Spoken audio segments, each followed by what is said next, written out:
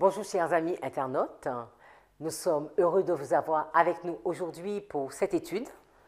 Nous vous remercions parce que nous nous rendons compte que vous prenez plaisir à faire ces études.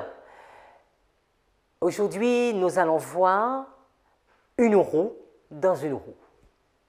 La dernière étude que nous avons eu l'occasion de regarder, c'était l'histoire des rois. Et aujourd'hui, nous allons zoomer sur un roi en particulier, à la personne de Roboam. Avant de commencer, prions. Seigneur, tu es celui qui montre les choses complexes, mais d'une façon si simple. Au 5e jour du 4e mois, tu as permis à Ézéchiel de voir des roues dans les roues. Tu lui as permis de voir la beauté de bien des choses que nous ne comprenons pas. Et à travers l'histoire de Roboam, tu veux nous permettre de voir encore plus de choses. Alors merci d'ouvrir ta parole sous nos yeux. Merci encore et encore pour tout ce que tu fais. Béni sois-tu, instruis-nous en cette heure, en ton saint nom Jésus. Amen. Si vous avez eu l'occasion de regarder l'étude des rois, je crois que c'est l'étude numéro 9, si je ne me trompe. Nous avons posé une histoire avec 46 rois. Je reconnais que l'histoire se termine à Sédécias. Nous avons terminé en vous posant une question. Mais nous comprenons que l'histoire de Christ se passe plus de 500 années plus tard. Mais nous avons juste voulu faire un clin d'œil, sachant que la fin par le commencement. Christ, le roi, que les enfants d'Israël ont voulu éjecter, le premier roi, et Christ, le dernier roi, que les enfants d'Israël veulent à nouveau éjecter. Mais quand nous regardons l'histoire, c'est vraiment l'histoire de 46 rois. Une histoire qui se termine avec Sédécias. Sédécias sous le 46. Toute cette série, nous voulons comprendre à quel moment arrivera la loi du dimanche. Pas à quelle date, mais sous quel événement, sous quelle balise. Et plus d'une fois, nous avons déjà posé une notion avec le 46. Vous vous souvenez de l'histoire de Moïse? C'est à la balise du 46, quand Moïse descend, qu'il y a une séparation nette au sein du peuple et que 3000 hommes meurent. C'est à ce moment que les Lévites se positionnent. Nous avons vu dans l'histoire de Christ, à la balise 46, c'est quand le miracle est fait aux noces de Cana. Mais 46, c'est quand il monte au ciel. Dans l'histoire de Joseph, nous avons également vu cette notion du 46. Au campement, nous avons vu le 46e campement, Gilgal. C'est à ce moment que Jéricho est pris, mais c'est également où Haï est pris et que Canaan commence à appartenir au peuple d'Israël.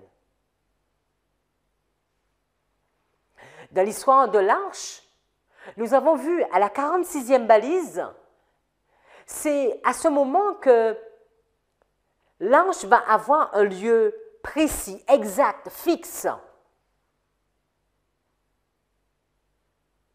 Mais c'est également sous ce 46 que le roi du Nord va rentrer. Et juste avant de vouloir prendre l'arche, Jérémie va cacher l'arche dans la grotte. Sédécias, c'est une histoire particulière et intéressante, car elle nous montre que sous le dernier roi d'Israël, le 46e, c'est à ce moment que le roi du Nord rentre dans le pays glorieux. Et c'est la captivité totale d'Israël. Quand je parle d'Israël, je parle de Juda et d'Éphraïm. En moins 723, Israël est emmené en captivité. Mais Dieu ne cesse à travers ses prophètes d'interpeller son peuple. 46 ans après, Manassé va partir en captivité. C'est déjà un signe pour le peuple, mais ils ont du mal à y croire. Joachim va partir en captivité, mais le peuple ne veut pas y croire. Sédécias va partir en captivité. Ses fils vont être tués devant lui, ses yeux vont être crevés. Le roi du Nord rentre dans le pays glorieux. Et c'est difficile de ne pas faire le lien avec Daniel chapitre 11, verset 41. Verset que nous avons beaucoup étudié dans la série Daniel 11, 40 à 45. Où nous avons vraiment cherché à comprendre à quel moment qu'il va rentrer dans le pays glorieux. Parce que nous avons compris qu'au verset 40, il termine le verset 40 avec Carchemish 1 et Carchemish 2. Nous avons compris que le verset 40 se termine aujourd'hui même sous nos yeux avec 2022, au moment même où la Russie perd. Donc le prochain événement, les amis, c'est le verset 41. Et moi, je veux remercier Dieu de nous montrer à quel moment, d'essayer de nous montrer sous quelle balise cela va se passer. Nous avons vu les rois, et maintenant je propose de zoomer un roi en particulier, Roboam. L'histoire de Roboam, elle est particulière. Vous savez, dans toute la Bible, il y a peut-être beaucoup plus de 46 qu'on ne pense. Je suis loin de les connaître. Et je pense que toute l'équipe qui est avec moi, nous sommes loin de tout connaître. Donc peut-être que vous aussi, vous pouvez dans vos études trouver d'autres histoires. Roboam. Nous avons vu dans l'étude précédente, l'étude 9, Roboam, c'est le fils de Salomon.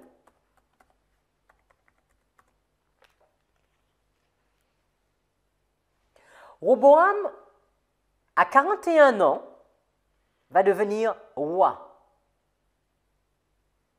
Et nous savons que Salomon va régner 40 ans. Donc nous pouvons vite comprendre que Roboam est né un an avant que Salomon ne commence à régner. Nous allons parler pour Roboam de Yem. C'est-à-dire que quand Roboam a 42 ans, nous sommes dans sa 42e année. Et nous allons essayer de comprendre qu'est-ce que nous tirons de cette étude. Tout de suite, si nous regardons ce tableau, nous avons déjà vu qu'en 1017, en moins 1017, Salomon devient roi. Donc un an avant, nous sommes en moins 1018. C'est la naissance de Roboam, c'est sa première année. Nous allons noter sa 7e année, sa 40e année, la 45e, la 46e et la 47e. Comme toujours, ces différentes balises qui nous intéressent. Allons ensemble dans 1 Roi, chapitre 11, verset 42. Salomon régna 40 ans à Jérusalem sur tout Israël, puis Salomon se coucha avec ses pères, et il fut enterré dans la ville de David. Son père, Roboam, son fils, régna à sa place. 1 Roi 14, verset 21, Roboam, fils de Salomon, régna sur Juda. Il avait 41 ans lorsqu'il devint roi. Et il régna 17 ans à Jérusalem, la ville que l'Éternel avait choisie sous toutes les tribus d'Israël, pour y mettre son nom. Sa mère s'appelait Naama l'Ammonite. Juda fit ce qui est mal aux yeux de l'Éternel, et par les péchés qu'ils commirent, ils excitèrent la jalousie, plus que ne l'avaient jamais fait ses pères. Donc, comme je vous l'ai dit, quand nous allons regarder l'histoire de Roboam, nous allons parler des tantièmes au niveau de ses années, de son règne. Nous pouvons noter que Roboam, sa mère était une Ammonite.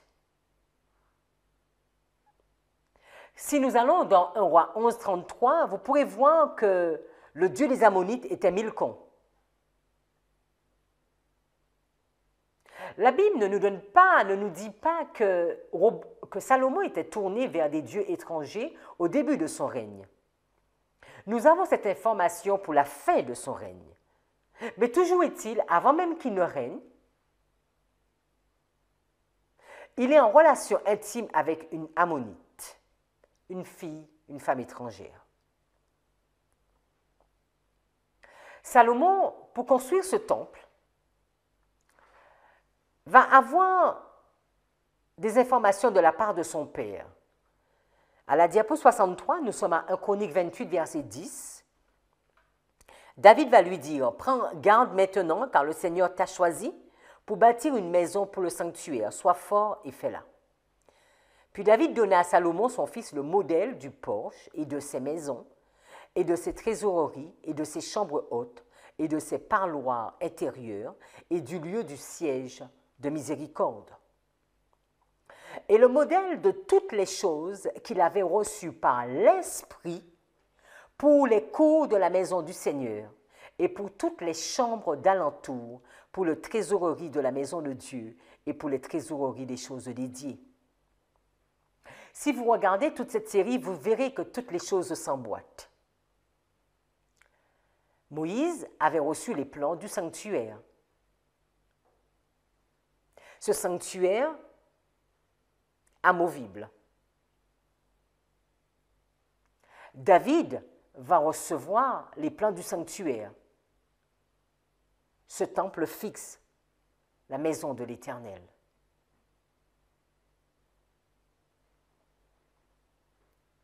Tous les deux vont recevoir ces informations de la parole de Dieu. C'est Dieu qui est aux commandes. Si nous lisons verset 13, « Ainsi que pour toutes les classes des prêtres et des lévites, et pour toute l'œuvre du service de la maison du Seigneur, et pour tous les ustensiles du service de la maison du Seigneur. » Il lui donna l'or au poids pour les choses d'or, pour tous les ustensiles de chaque service, de l'argent aussi, pour tous les ustensiles d'argent du poids, pour tous les ustensiles de chaque sorte de service. Continuons.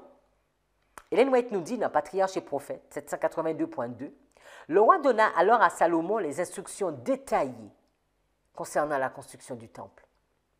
Il lui confie des plans sur toutes les parties de l'édifice et des modèles de tous les ustensiles du service divin. Modèles et plans qui lui ont été communiqués par l'inspiration divine. À ce fils qui est tout jeune et qui recule à la pensée des responsabilités qui vont lui incomber, David adresse ces paroles, « Sois fort », un peu comme Josué. Après Moïse, « Sois fort ». Sois fort, prends courage. Mets-toi à l'œuvre, ne crains point et ne t'effraie pas, car l'Éternel, Dieu, mon Dieu, sera avec toi. Il ne te délaissera point et ne t'abandonnera pas.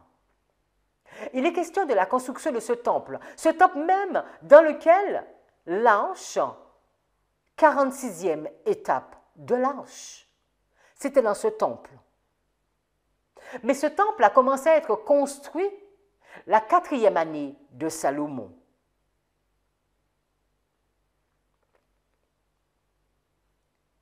Ellen White nous dit, quelqu'un de plus grand que Salomon avait conçu le modèle du temple. La sagesse et la gloire divine se révélaient dans sa construction. Ceux qui l'ignoraient admiraient et louaient Salomon, qu'il croyait être l'architecte et le constructeur. Mais le roi déclinait cet honneur. En effet, dans 1 roi 6, verset 1, il nous est bien dit, « Et il arriva quand la 480e année après que les enfants d'Israël furent sortis du pays d'Égypte, en la 4e année du règne de Salomon sur Israël au mois de Ziph, qui est le second mois, il commença de bâtir la maison du Seigneur. » Dans 1 roi 6, 37, il est dit, « En la 4e année, au mois de Ziph, la fondation de la maison du Seigneur fut posée. 2 Chroniques 3:2 nous donne un peu plus d'informations. Il nous dit que c'est au second jour du second mois de la 4e année.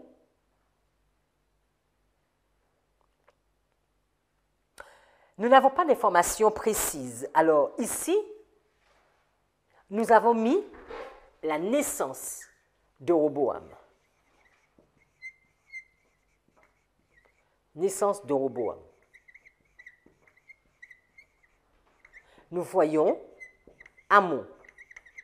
Sa mère est une ammonite. Nous n'avons pas beaucoup plus d'informations. À la balise 7, reconnaissons que nous n'avons pas d'informations sur la balise fixe. Nous savons juste que c'est la période de la construction du temple.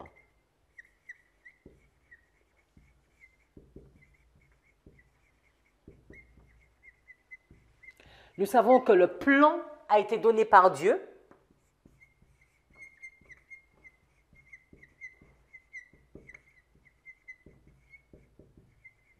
Et souvent dans la balise 7 ans, nous voyons l'intervention de la main de Dieu.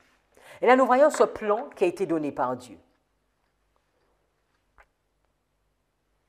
Qui vont être ces constructeurs? Dans Prophète et Rois 44.3, il est dit « Ce fut parmi ces hommes que Salomon chercha un artisan habile pour diriger la construction du temple sur le mont Morija. Des détails minutieux avaient été donnés par écrit au roi pour chaque partie de l'édifice sacré. Il aurait pu compter sur le Seigneur pour trouver les ouvriers consacrés et habiles, afin de pouvoir exécuter avec précision le travail en question. Mais Salomon ne profita pas de cette occasion pour exercer sa foi en Dieu. Donc on va voir les gens en manque de foi en Dieu. Il fit dire au roi de Tyr de lui envoyer un homme habile pour les ouvrages en or, en argent, en airain et en fer, en étoffe teinte et en poutre, en cramoisi et en bleu, et connaissant la sculpture afin qu'il travaille avec des hommes habiles qui sont auprès de moi, Juda et Jérusalem. Nous voyons que ce n'est pas tout à fait comme Moïse. Moïse, il avait une confiance intense en Dieu. Et Dieu va lui dire même les ouvriers qu'il devait choisir pour la construction du temple.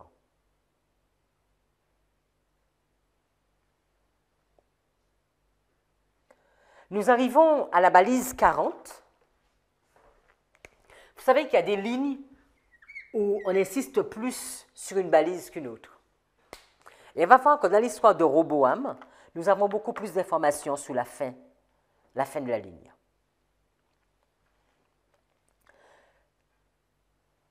Quand nous regardons l'histoire de Roboam, nous n'avons pas de précision nette non plus sur la 40e année de sa vie. Mais nous pouvons comprendre, de même que la période de la construction, nous pouvons comprendre des choses par rapport à Salomon. Vous vous souvenez que Salomon aima beaucoup de femmes étrangères. Si vous allez avec moi dans 1 roi 11, verset 1, nous sommes à la diapo 69, mais le roi Salomon aima beaucoup de femmes étrangères, outre la fille de Pharaon des Moabites, des Ammonites, donc vous vous souvenez, Ammon au début, des Édomites, des Sidoniennes et des Hittites. D'entre les nations dont le Seigneur avait dit aux enfants d'Israël, vous n'irez pas vers elles, et elles ne viendront pas vers vous, car certainement, elles détourneraient votre cœur pour suivre leur Dieu. Salomon s'attacha à elles par amour. Donc on va voir Salomon avec des dieux étrangers. Et on sait que Salomon a eu beaucoup de femmes et beaucoup de concubines. Là, nous sommes à la fin de la vie de Salomon. Et nous savons que c'est à la fin de sa vie que son cœur s'est détourné de Dieu. Verset 3, il eut 700 femmes, princesses, et 300 concubines. Et ces femmes détournèrent son cœur. Car il arriva quand Salomon devint âgé, donc à la fin de son règne, nous sommes à 1 an de la fin de son règne, les amis, que ces femmes détournèrent son cœur après d'autres dieux. Et son cœur ne fut pas parfait parfait avec le Seigneur son Dieu, comme avait été le cœur de David son père. Donc ici, Salomon se tourne vers d'autres dieux. Se tourne vers d'autres dieux.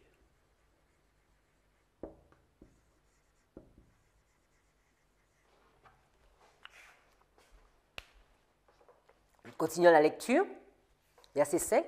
Et Salomon alla après Astoreth, la déesse des Sidoniennes, et après Milcom. Vous vous souvenez, Milcom, c'était le dieu des Ammonites, l'abomination des Ammonites.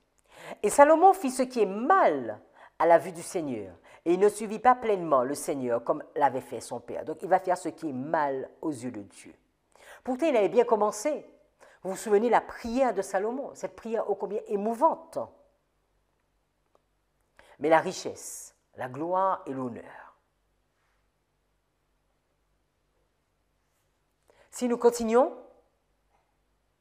verset 7, alors Salomon bâtit un haut lieu à Shemosh, l'abomination de Moab, sur la colline qui est devant Jérusalem, et à Molech, l'abomination des enfants d'Ammon. On voit la notion de Moab et Ammon. On va les mettre.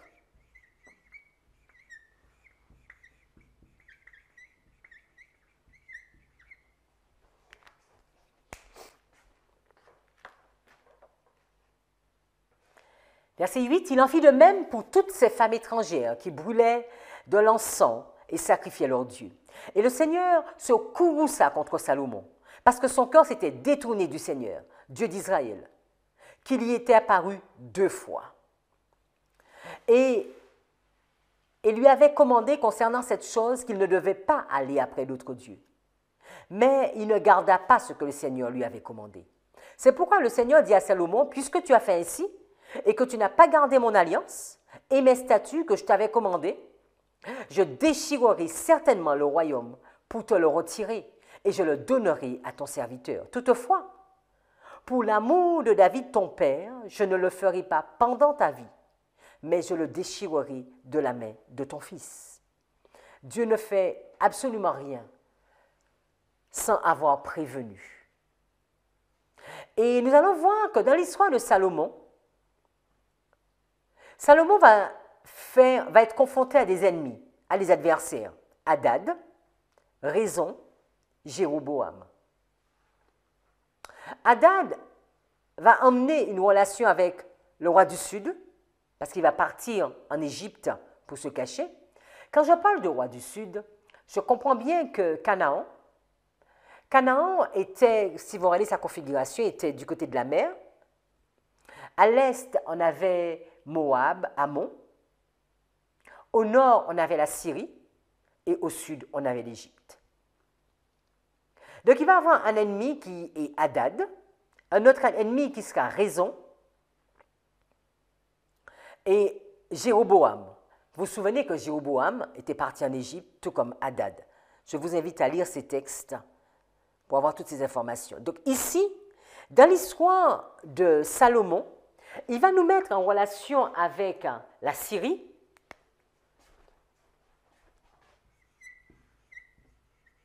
qu'on va mettre au roi du Nord à cause de son mauvais comportement. Il va nous mettre en relation avec Hadad, qui va être protégé par le roi du Sud, l'Égypte, et Jéroboam aussi. Donc, on va être en relation avec Édom. Donc, je n'ai pas encore nommé Édom. Donc, on a Moab, Ammon, et il y a également Édom.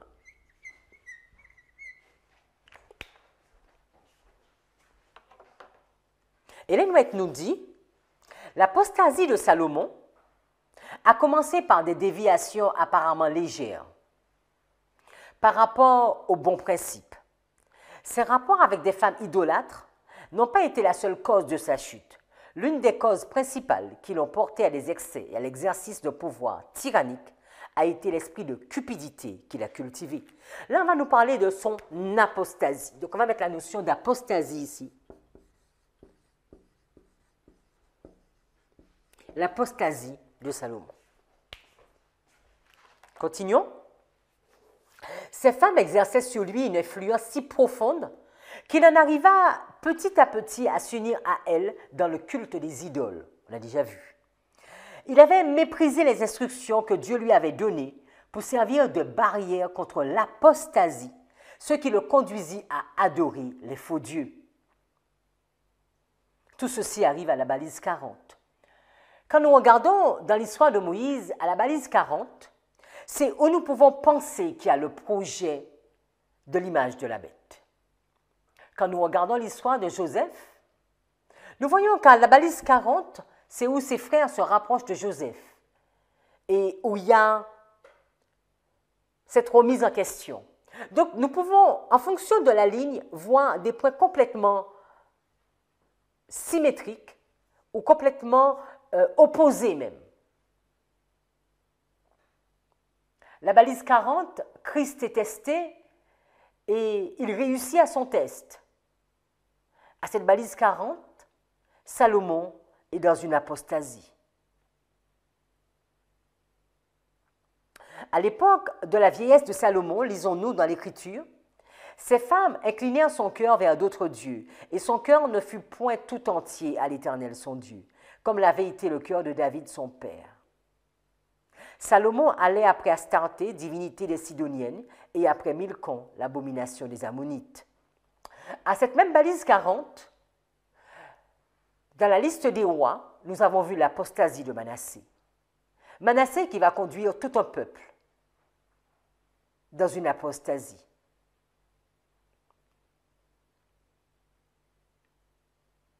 Et dans la ligne de Roboam, nous voyons l'histoire de Salomon. Si nous voulons noter quelques points des actions de Roboam, que nous trouvons beaucoup dans 2 Chroniques, nous allons voir qu'il va rassembler 18 000 hommes guerriers pour aller combattre contre Israël. Dieu va lui donner un message en lui disant de ne pas y aller. Et Roboam va obéir. Roboam va faire quelque chose de bien qu'il va faire. Là, nous sommes à partir du moment où Roboam commence à régner. Donc, nous sommes après la balise 40.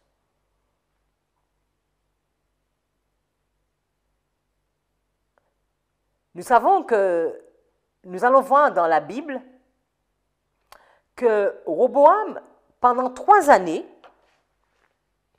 donc Roboam, il a 41 ans quand il commence à régner.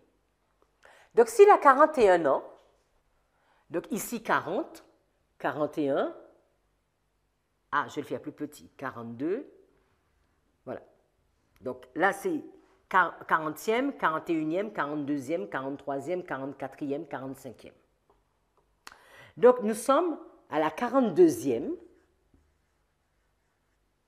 Et c'est ici que Roboam va commencer à régner. 42e année. Si nous allons dans 2 Chroniques 11, verset 12, nous allons revenir peut-être sur ce tableau. Il nous est dit, et dans chaque ville, il mit des boucliers et des lances, et il les rendit extrêmement forts, ayant Juda et Benjamin à son côté. Et les prêtres et les lévites qui étaient dans tout Israël se rangèrent avec lui de tout leur territoire. Quand les lévites abandonnèrent leurs banlieues et leurs possessions et vinrent en Juda et à Jérusalem, parce que Jéroboam et ses fils les avaient rejetés de la fonction de prêtre du Seigneur. Vous vous souvenez que Jéroboam avait construit ces 2 veaux d'or et le peuple était complètement en apostasie, donc tous ceux qui habitaient, tous les prêtres et les lévites de cette région ont quitté Jéroboam et se sont rejoints à Roboam.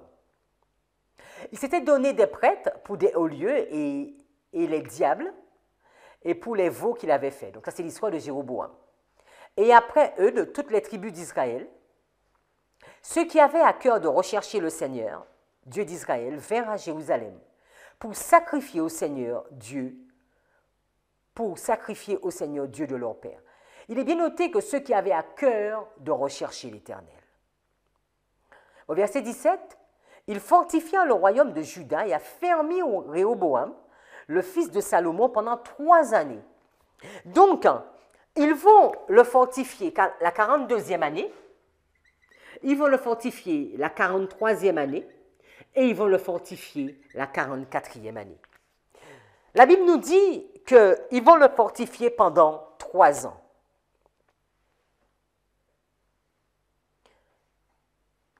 Si nous regardons 2 Chroniques 11, verset 17, il est bien dit « Et ils fortifièrent le royaume de Juda et affermirent ». Affermir la Strong 0553, qui veut dire fortifier, inspirer du courage, soutenir, consolider, c'est ce qu'ils vont faire avec Roboam. Dans 2 Chroniques 12, verset 1, il nous est dit « Or il arriva que quand le royaume de Roboam fut établi et qu'il s'affermit, parce qu'il a été affermi pendant 3 ans, donc alors qu'il va être fortifié et affermi pendant 3 ans, établi, fixé, accomplir, faire, rendre ferme, tout ce qui est en parenthèse, c'est ce que je vous ai donné par rapport à la Strong, préparer, pouvoir, fournir. Qu'est-ce qu'il va faire? Il va abandonner. Il va abandonner la loi du Seigneur et tout Israël avec lui. Donc ici, quand on arrive à la 45e année, on va voir qu'ils vont abandonner.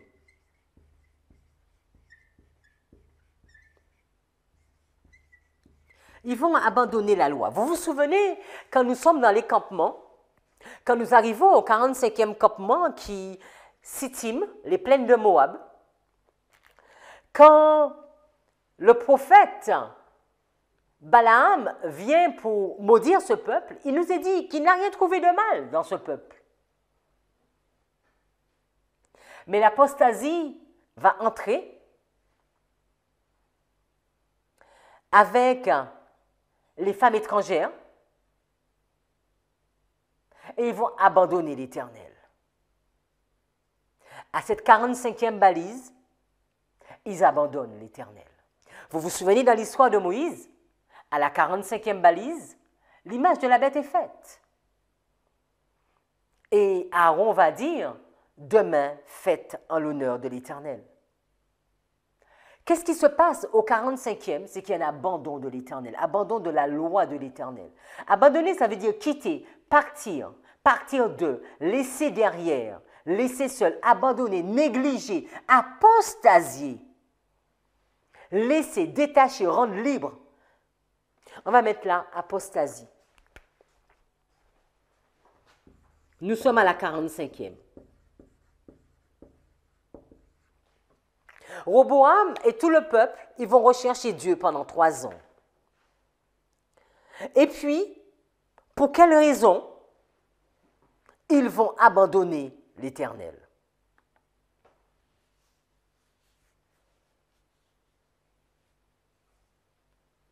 Si nous revenons à la diapo 74, le tableau,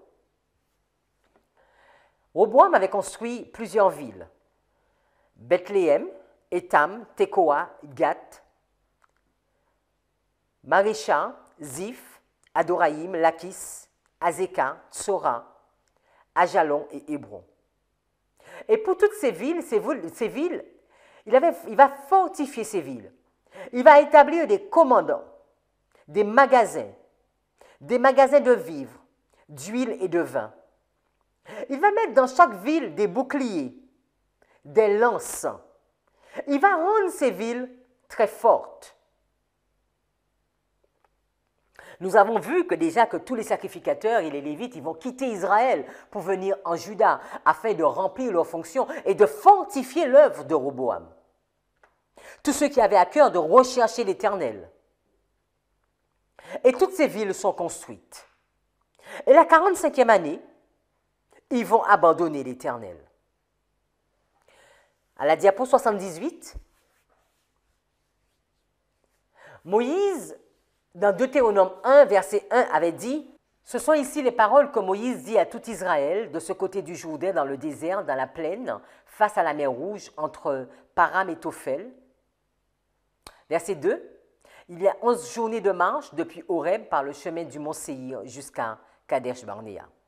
Or, il arriva à la 40e année, au 11e mois, au premier jour, que Moïse parla aux enfants d'Israël selon tout ce que l'Éternel lui avait donné comme commandement pour eux.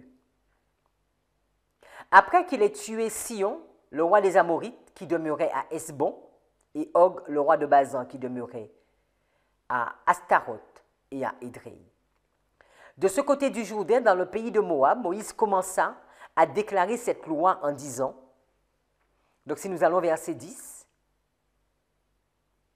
« Et il arrivera que quand le Seigneur ton Dieu t'aura fait entrer dans le pays qu'il a juré à tes pères, à Abraham, à Isaac et à Jacob de te donner, de grandes et de bonnes villes que tu n'as pas bâties, dans des maisons pleines de toutes bonnes choses que tu n'as pas remplies, et des puits creusés que tu n'as pas creusés, des vignes et des oliviers que tu n'as pas plantés, et que tu mangeras et tu seras rassasié. Mais prends garde de peur que tu n'oublies le Seigneur, qui t'a fait sortir du pays d'Égypte, de la maison de servitude. Tu craindras le Seigneur ton Dieu et tu le serviras et tu jureras par son nom. Vous n'irez pas après d'autres dieux, d'entre les dieux des peuples qui seront autour de vous. Car le Seigneur ton Dieu est un Dieu jaloux au milieu de toi, de peur que le courroux du Seigneur ton Dieu ne s'enflamme contre toi et ne te détruise de la face de la terre. » Alors que Moïse est au 45e campement, à Sittim, dans les plaines de Moab, Moïse va bien interpeller le peuple en leur disant « Prends garde de ne pas oublier l'Éternel. » Parce que si tu oublies l'Éternel, l'Éternel va t'oublier. Allons dans Deutéronome 8, verset 10. « Lorsque tu mangeras et te rassasieras, tu béniras l'Éternel ton Dieu pour le bon pays qu'il t'a donné. » Nous sommes toujours dans cette même histoire de Deutéronome, au même endroit. Garde-toi d'oublier l'Éternel ton Dieu, au point de ne pas observer ses commandements, ses ordonnances et ses lois que je te prescris aujourd'hui. Lorsque tu verras multiplier ton gros et ton menu bétail, s'augmenter ton argent et ton or, et s'accroître tout ce qui est à toi, prends garde que ton cœur ne s'enfle et que tu n'oublies l'Éternel ton Dieu, qui t'a fait sortir du pays d'Égypte et de la maison de servitude. Si tu oublies l'Éternel ton Dieu et que tu ailles après d'autres dieux, si tu les sers et te prosternes devant eux, je vous déclare formellement aujourd'hui que vous périrez. Vous périrez comme les nations que l'Éternel fait périr devant vous, parce que vous n'aurez point écouté la voix de l'Éternel, votre Dieu. Ce qui nous est montré ici, c'est qu'alors que Moïse est dans le 45e campement, Moïse va leur dire qu'il y a une notion de cause à effet. Quand tu commences, Dieu va te donner beaucoup de gloire, beaucoup de richesses et beaucoup de bonnes choses. Mais fais attention que quand tu te seras enrichi, que tu ne viennes à oublier l'Éternel. Parce que si tu arrives à oublier l'Éternel, mais sache que l'Éternel va t'oublier. Et nous pouvons voir que c'est ce qui s'est passé pour Roboam. Alors que le pays avait été divisé, Roboam se retrouve avec 2 tribus, donc Roboam est en sous-effectif, on pourrait dire, et en tout cas en position beaucoup plus fragile que Jéroboam. Il y a tous les prêtres et tous les lévites, des hommes qui cherchent l'Éternel de tout leur cœur. Ils vont tous venir donner un bras fort à Roboam. Ils vont fortifier Roboam, de telle sorte que Roboam va pouvoir construire près de 15 villes fortifiées. Roboam va devenir riche. Et qu'est-ce que Roboam va faire? Il va abandonner la loi de l'Éternel. Quand nous allons dans 2 Chroniques 12, verset 1, il nous est dit, lorsque Roboam se fut affermi dans son royaume et qu'il y acquit la force, il abandonna la loi de l'Éternel. Et tout Israël l'abandonna avec lui. Les amis, qu'est-ce qui peut nous faire abandonner? Ce sont les richesses. Les richesses de ce monde. C'est le pouvoir. C'est la puissance. Et je vous laisse compléter cette liste que nous connaissons. L'euro, l'argent.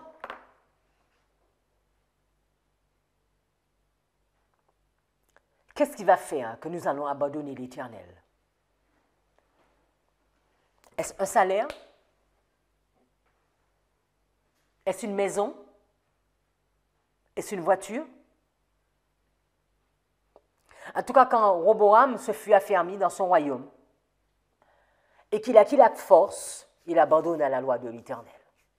Il n'a pas été le seul à le faire. Tout Israël va abandonner la loi de l'Éternel. Où sont les prêtres? Où sont les Lévites?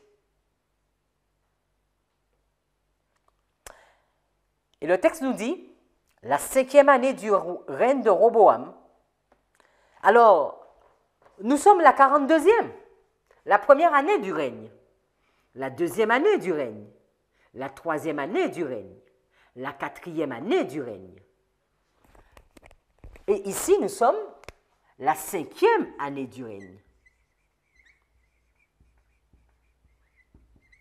Je vais vous mettre ici 4e, 1, 3e, 1, 2e, 1 et 1er.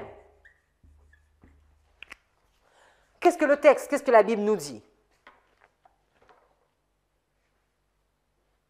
Lorsque Roboam, verset 2, la 5e année du règne de Roboam, Shishak, roi d'Égypte, monta contre Jérusalem parce qu'ils avaient péché contre l'Éternel. Il ne va pas monter tout seul. Je vous disais que Roboam avait 180 000 hommes de guerre. Mais ici, il va monter avec une armée beaucoup plus forte.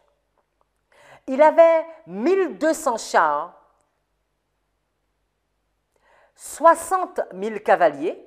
Vous allez me dire que c'est moins que 180 000. Mais il nous dit, mais il va d'Égypte avec lui un peuple innombrable. Il va venir avec qui? Des Libyens. Donc on va noter, il y a l'Égypte qui arrive. On va le mettre, le roi du Sud. Il y a les Libyens. Il y a les Sukiens. Et à qui encore? Donc il va avoir avec lui l'Égypte, il vient d'Égypte, avec lui un peuple innombrable, les Libyens, les Sukiens et les Éthiopiens.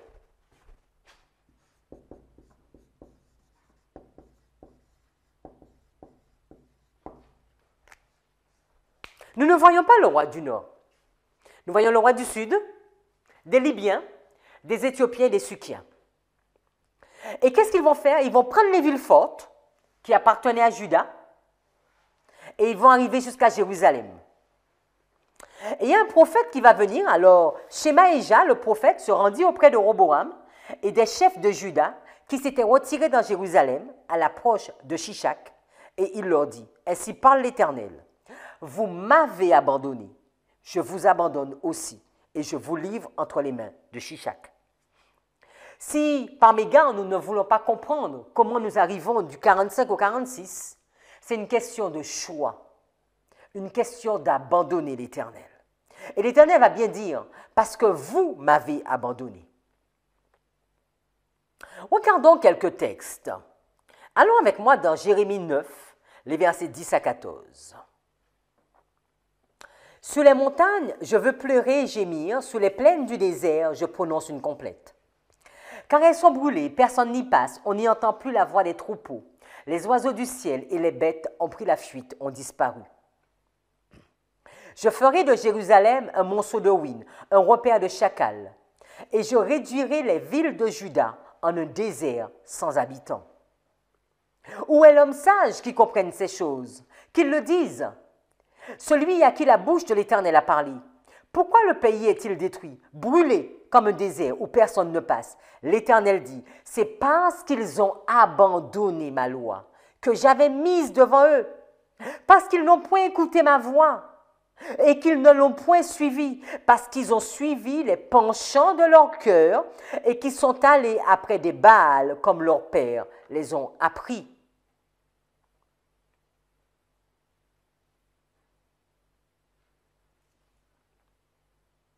La 5e année, c'est la balise du 46. La 5e année, c'est la 46e année de Roboam. Je pense que nous le voyons. Ici, nous sommes à 45, nous sommes à la 4e année. Ici, nous sommes à la 46e année de Roboam. Et la 46e année qui vient, le roi du Sud, les Libyens, les Éthiopiens, ils viennent avec une foule. Si nous regardons que signifient les Sukiens, allez avec moi, nous sommes à la diapo 84, c'est la Strong 05525. C'est un peuple qui fournissait des guerriers à l'armée égyptienne. Donc, en réalité, nous avons l'Égypte, les Libyens, les Éthiopiens, parce que là, c'est encore, ils viennent en aide à l'Égypte. Donc, l'Égypte, les Libyens et les Éthiopiens. Regardons l'armée de Nebuchadnezzar. Jérémie 35, lorsque Nebuchadnezzar, roi de Babylone, est monté contre ce pays, nous avons dit, allons, retirons-nous à Jérusalem, loin de l'armée des Chaldéens et de l'armée de Syrie. C'est ainsi que nous habitons à Jérusalem. Jérémie 39, verset 1, la 9e année de Sédécias, roi de Juda, le 10e mois, Nebuchadnezzar, roi de Babylone, vint avec toute son armée devant Jérusalem et il en fit le siège. Verset 5, mais l'armée des Chaldéens les poursuivit et atteignit Sédécias dans les plaines de Jéricho et le prirent et le firent monter vers Nebuchadnezzar, roi de Babylone, à Ribla. Donc Nebuchadnezzar n'était pas là. Ce que je veux vous montrer, quand on parle que le roi du Nord rentre dans un pays, ce n'est pas forcément le roi lui-même, c'est son armée qui rentre. Parce que c'est l'armée de Nebuchadnezzar qui va mettre le siège. Et c'est l'armée de Nebuchadnezzar qui va chercher Sédécias et qui va prendre Sédécias et qui va l'emmener à Ribla où se trouve Nebuchadnezzar. Regardons pour l'histoire d'Osée. Allez avec moi dans 1 roi chapitre 20, verset 1. Ben-Hadad, roi de Syrie, rassembla toute son armée. Il avait avec lui 32 rois, des chevaux et des chars. Et il monta mit le siège devant Samarie et l'attaqua. Donc nous voyons le roi avec son armée. 2 rois 5, verset 1. Naaman, chef de l'armée du roi de Syrie, jouissait de la faveur de son maître et d'une grande considération. Car c'était par lui que l'Éternel avait délivré les Syriens. Mais cet homme fort et vaillant était lépreux. Donc c'est encore une autre histoire. Ce que je veux vous montrer dans ces différents textes, que le simple fait que l'armée de la nation soit présentée, c'est la nation qui est présentée. Dans Jérémie 35, verset 11, il est dit, lorsque Nebuchadnezzar, roi de Babylone, est monté contre ce pays, nous avons dit, allons, retirons-nous à Jérusalem, loin de l'armée des Chaldéens et de l'armée de Syrie.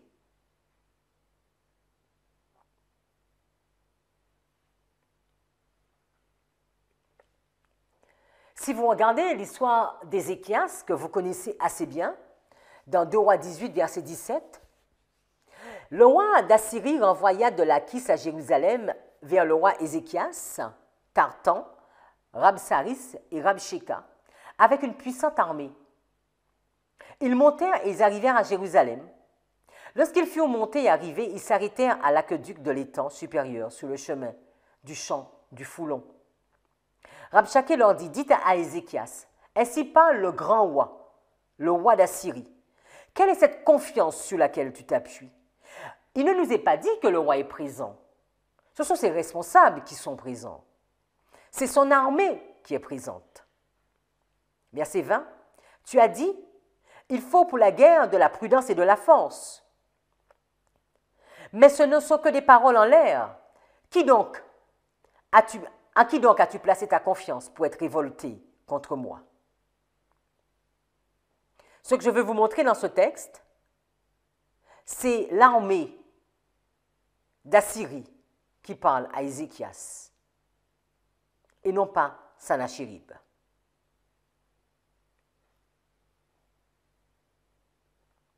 Si vous allez dans l'histoire de Manassé que nous avons vue dans l'étude 9, nous sommes à 2 Chroniques 33, les versets 7.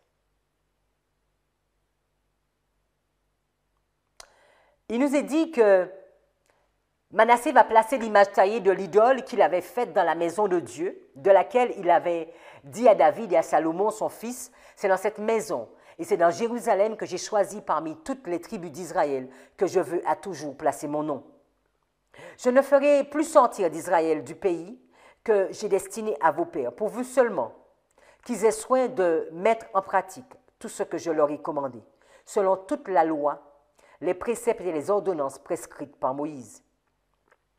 Mais Manassé fut cause que Juda et les habitants de Jérusalem s'égarèrent et firent le mal plus que les nations que l'Éternel avait détruites devant les enfants d'Israël. L'Éternel parla à Manassé et à son peuple, et ils n'y firent point attention. Alors l'Éternel fit venir contre eux les chefs de l'armée du roi d'Assyrie, pas le roi d'Assyrie, son armée, qui saisirent Manassé et le mirent dans les fers. Ils le lièrent avec les chaînes d'airain et le menèrent à Babylone.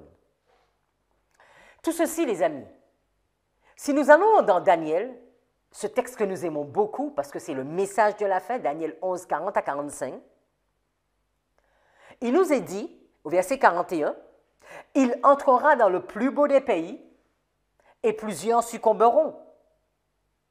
Mais Édom, Moab et les principaux des enfants d'Ammon seront délivrés de sa main. » Et nous comprenons que c'est une question du roi du Nord. Mais nous pouvons aussi comprendre l'armée du roi du Nord. Au verset 42, il nous est dit, il étendra sa main sur divers pays, et le pays d'Égypte n'échappera point. Il se rendra maître de quoi? Des trésors d'or et d'argent et de toutes les choses précieuses de l'Égypte. Les Libyens et les Éthiopiens seront à sa suite.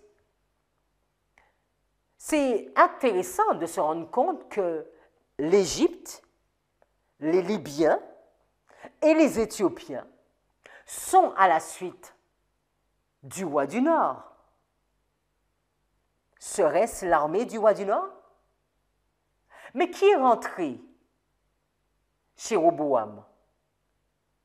N'est-ce pas l'Égypte, les Libyens et les Éthiopiens?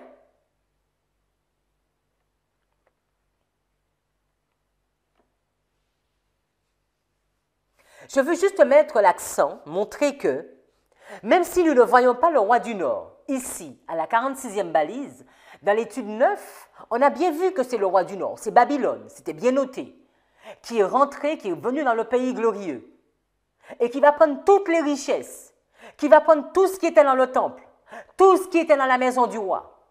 Parce que quand le roi du Nord arrive, il prend toutes les richesses. C'est ce que le verset nous dit dans Daniel 11. Il se rendra maître des trésors d'or et d'argent et de toutes les choses précieuses. Mais là aussi, nous pouvons comprendre qu'il est question du roi du Nord. Mais ici, c'est son armée que nous voyons. Syrie, les Libyens et les Éthiopiens. Je ne suis pas en train de dire que c'est littéralement.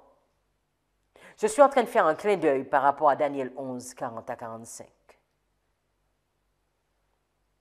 Nous savons que littéralement, il y a eu l'Égypte, les Libyens et les Éthiopiens. Allez avec moi dans Ézéchiel 38, à partir du verset 10. « Ainsi dit le Seigneur Dieu, il arrivera qu'à ce même moment, des choses viendront à ton cerveau et tu penseras une mauvaise pensée.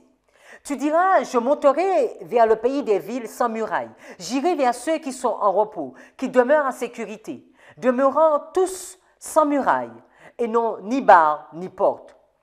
Pour enlever un butin et faire un pillage, pour tourner ta main sur les lieux ravagés, qui sont de nouveau habités, et sur le peuple rassemblé d'entre les nations, qui a acquis du bétail et ses biens qui demeurent au milieu du pays. Sheba est dedans, et les marchands de Tarshish. Et tous ces lionceaux te diront, Es-tu venu enlever un butin? As-tu assemblé ta multitude pour faire le pillage? Pour emporter l'argent et l'or? Pour prendre bétail et biens? Pour enlever un grand butin? C'est pourquoi, fils d'homme, prophétise et dis à Gog, ainsi dit le Seigneur Dieu, en ce jour-là, quand mon peuple Israël demeurera en sécurité, ne le sauras-tu pas? Et tu viendras de ton lieu du fond du nord, toi et beaucoup de peuples, avec toi tous montés sur des chevaux, une grande multitude et une puissante armée. Cela ne vous fait pas écho avec l'armée de Syrie, avec l'armée d'Égypte, excusez-moi, l'armée d'Égypte avec une multitude. Verset 16, et tu monteras contre mon peuple d'Israël, pareil à un nuage pour couvrir le pays. Ce sera dans les derniers jours, et je te ferai venir contre mon pays, afin que les païens me connaissent quand je serai sanctifié en toi, ô Gog, devant leurs yeux. Il y a beaucoup à dire. Quand le roi du Nord arrive contre le pays glorieux, c'est afin de faire connaître le Dieu de l'univers.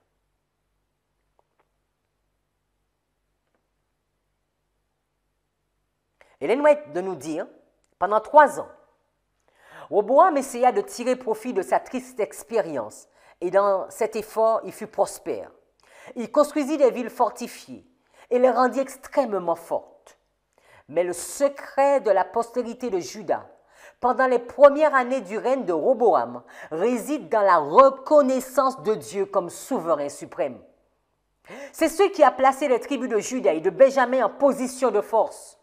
De toutes les tribus d'Israël, lit-on dans le procès-verbal, ceux qui avaient mis leur cœur à rechercher le Seigneur, Dieu d'Israël, venaient à Jérusalem pour sacrifier au Seigneur, le Dieu de leur père. Ils fortifièrent le royaume de Juda pendant 3 années. Ils assurèrent la sécurité de Roboam, fils de Salomon, car ils marchèrent pendant 3 ans dans la voie de Dieu et de Salomon. Nous continuons. Mais le successeur de Salomon ne réussit pas à exercer une forte influence en faveur de la loyauté envers Jéhovah.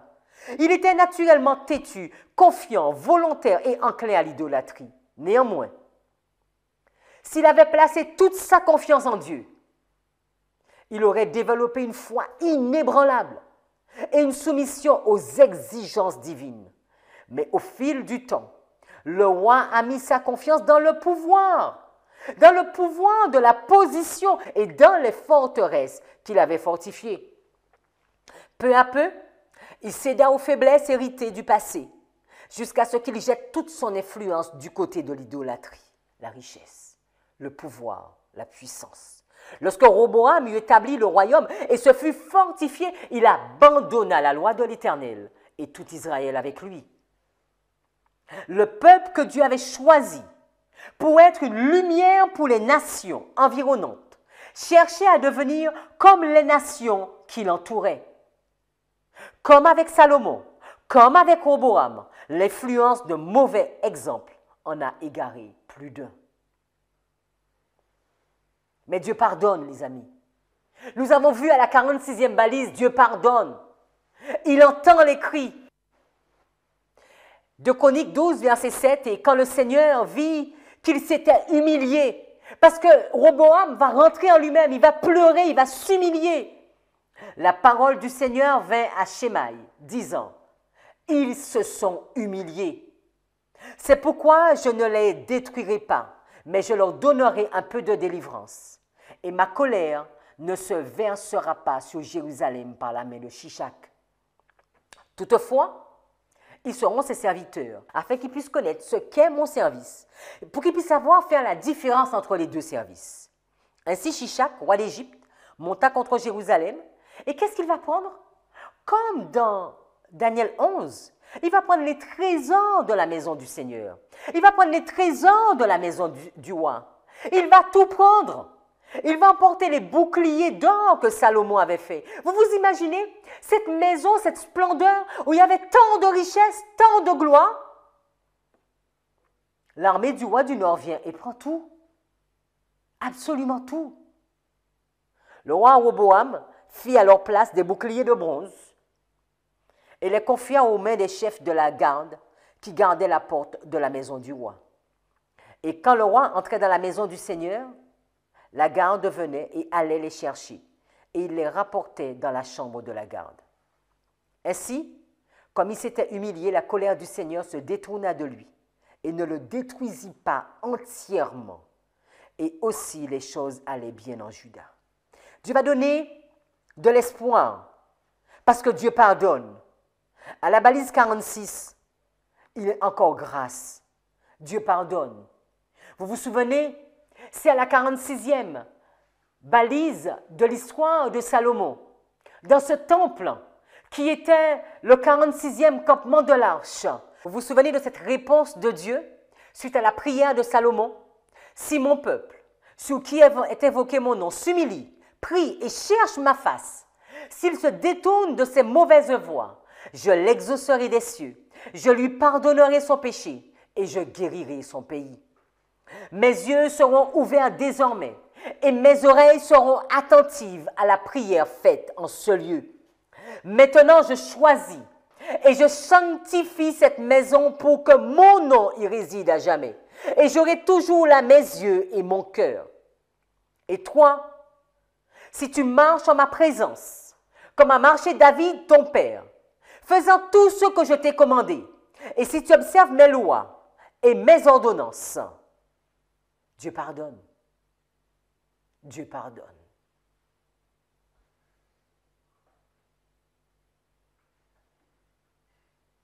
Manassé l'avait compris.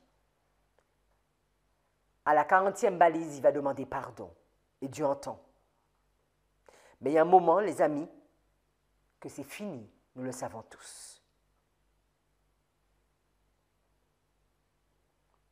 Il y a un moment arrivera que la porte de la grâce sera fermée. C'est ce que nous appelons la fin du temps de grâce. Nous sommes à la diapo 98. Le roi d'Égypte, quand il a pris tous les trésors du temple et de la maison de Salomon, Dieu n'a pas permis que l'apostasie du souverain de Juda reste impunie. Il y avait de l'apostasie, les amis. La 5e année du roi Roboam, parce qu'il avait été infidèle au Seigneur, Shishak, roi d'Égypte, monta contre Jérusalem avec 1200 chars et 60 000 cavaliers. Le peuple venu d'Égypte avec lui était innombrable. Il prit les villes fortifiées de Juda et arriva jusqu'à Jérusalem. Alors, Shemaï, le prophète, vint à Roboam et aux princes de Juda qui s'étaient rassemblés à Jérusalem à cause de Shishak et leur dit, « Ainsi parle le Seigneur, vous m'avez abandonné, je vous abandonne donc à la main de Shishak. Dans les pertes subies par l'évasion de Shishak, le peuple reconnaît la main de Dieu et s'humilie pour un temps. Shishak, roi d'Égypte, monta contre Jérusalem. Il emporta les trésors de la maison du Seigneur et les trésors de la maison du roi. Il emporta tout. Il emporta aussi les boucliers d'or que Salomon avait faits, et le roi Roboam fit à leur place des boucliers d'airain. Et quand il s'humilia, la colère de l'Éternel se détourna de lui, de sorte qu'il ne fit pas une destruction complète.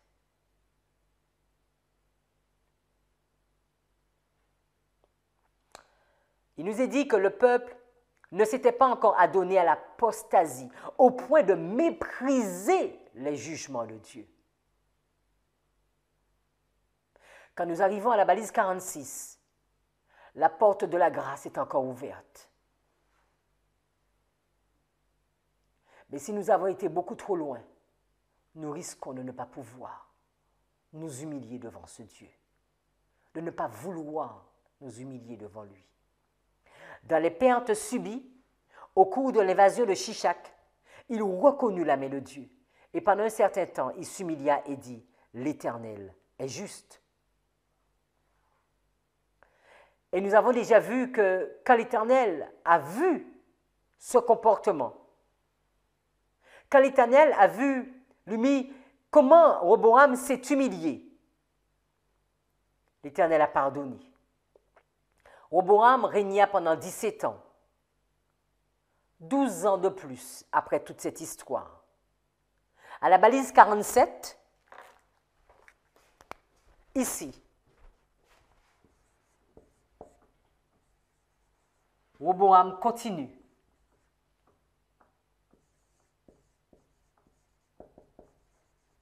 Il est roi de Juda. Mais l'histoire va nous raconter que, là encore, des années plus tard, il va retomber.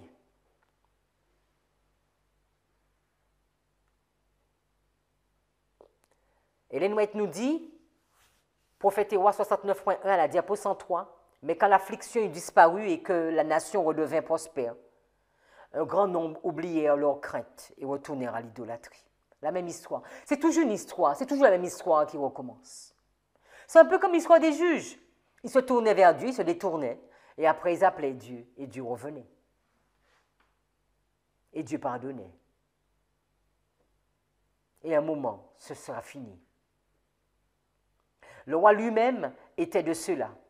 Bien qu'il ait été humilié par l'épreuve, il ne sut pas profiter de ce tournant décisif de sa vie.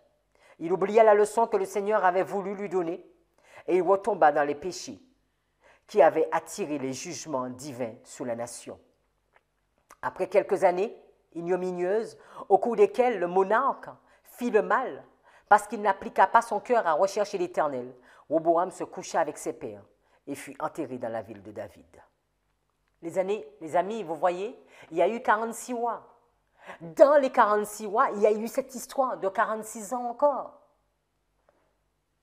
Et nous allons voir dans une autre étude, il y a encore une autre étude de 46. Il y a eu plusieurs études de 46 dans la grande ligne fractale dans les fractales, des roues dans les roues. Toujours la même histoire. Et le peuple de Dieu qui recommence. Si nous regardons la structure de Roboam,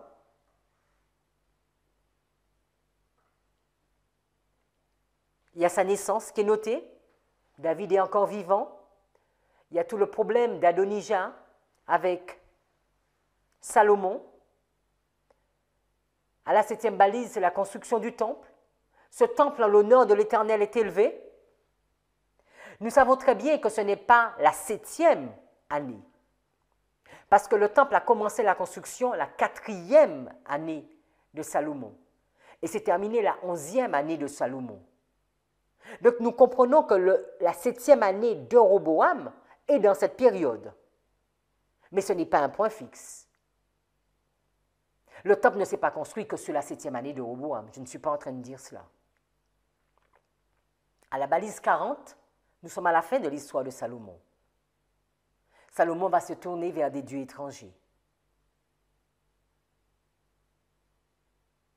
Son fils va devenir roi la 42e année de son règne, la 42e année de sa vie.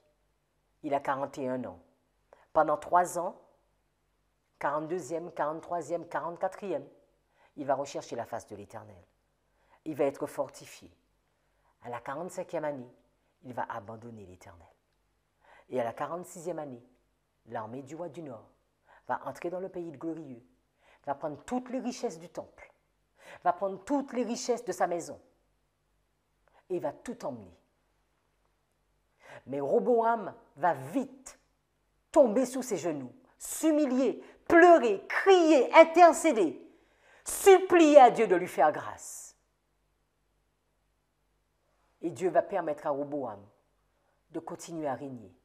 Il va régner 12 années de plus. Mais malheureusement, Roboam va retomber dans la même situation. Toute cette ligne, bientôt nous aurons l'occasion de faire des applications pour nous. Et je pense que nous commençons à voir la trame. Nous en sommes où? Où dans notre ligne? N'oublions pas, les amis, alors que l'apostasie bat son plein à la 45e balise, alors qu'à la 46e balise, le roi du Nord rentre dans le pays glorieux, Daniel 11, verset 40, Verset 41. Dieu fait grâce. Dieu pardonne. Ses mains, il les présente à son Père aujourd'hui encore. Fait grâce, pardonne. Est-ce que nous entendons? Puissions-nous comprendre notre histoire afin d'être prêts. Prions. Seigneur, nous voulons vraiment te remercier encore et encore. Tu ne changes pas.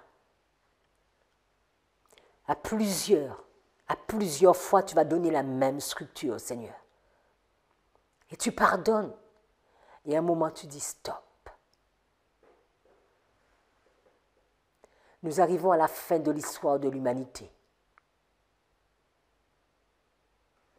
Tu as prévu de te lever et de dire stop. Mais aujourd'hui, c'est jour de grâce.